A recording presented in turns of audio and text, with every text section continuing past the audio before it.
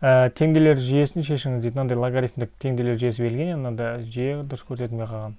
Осы жүйені шешуіміз керек. Берілген оқиын. Логарифм түбір астында 5 негізді x плюс y тең болады 2.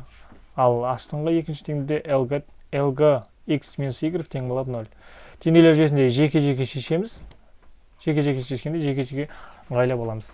Бізде бірінші мынаны айналдырып алуымыз керек. Логарифм так, а негізді x тең болады. Мысалы, мына жерде с тұрса x тең болады. Неге? А-ның с дәрежесін мынаны қоямыз, мынаны дәреже қыламыз. Дәл сол сияқты бізде мынада тұрған өрнекті x плюс y-ті қалдырамыз да түбір асты 5-тің мынаны дәреже қыламыз. Түбір асты 5-тің мынау дәрежесі болып барады. 2. Сонда бізде x плюс y тең болады.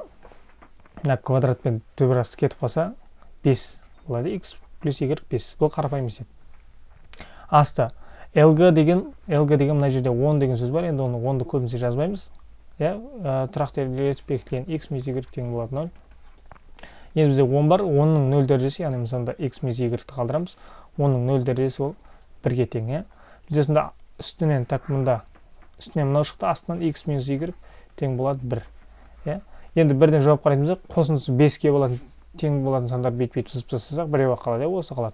Сөйтіп мынаны белгілеуге болады. Не болмаса, теңдеулер жүйесін шешетін жол бар. Мысалы, мына жерде теңдеулер жүйесін бір-біріне қосамыз.